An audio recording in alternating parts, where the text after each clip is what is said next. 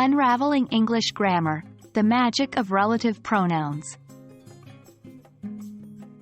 Hello, language enthusiasts. Welcome to another exciting episode in our English Grammar Fundamentals series. Today, we are going to unravel the intriguing world of relative pronouns. These little words have a huge impact on our language, and learning how to use them will take your English skills to a whole new level. Let's dive in.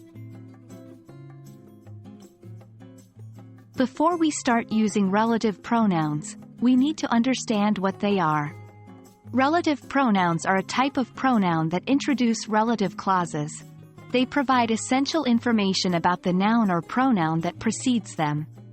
The most common relative pronouns are who, whom, whose, which, and that. For example, in the sentence, "The man who lives next door is a doctor," the relative pronoun who introduces the relative clause who lives next door, which gives us more information about the man. The pronouns who, whom, and whose are used when referring to people. Who is used as the subject of a verb. For instance, "The woman who called me is my teacher." Whom is a bit more formal and is used as the object of a verb or preposition. For example, "The man to whom I wrote is my uncle." Whose is used to show possession. "The girl whose cat is missing is my sister."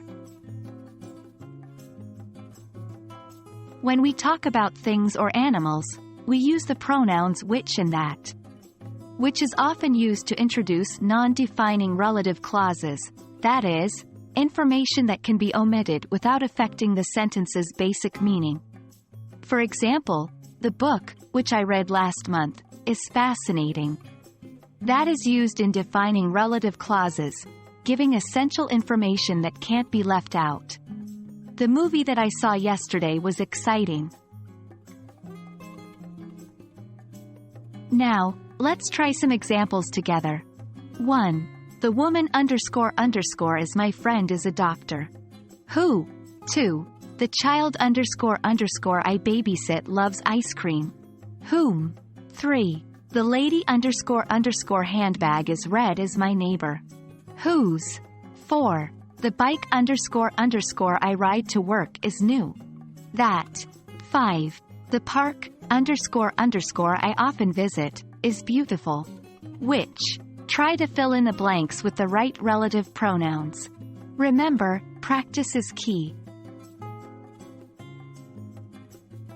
Well, that wraps up our discussion on relative pronouns.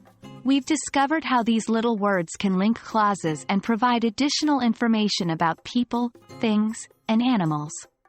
I hope this video has been helpful, and remember, keep practicing. Join us next time as we continue exploring the fascinating world of English grammar. Until then, happy learning!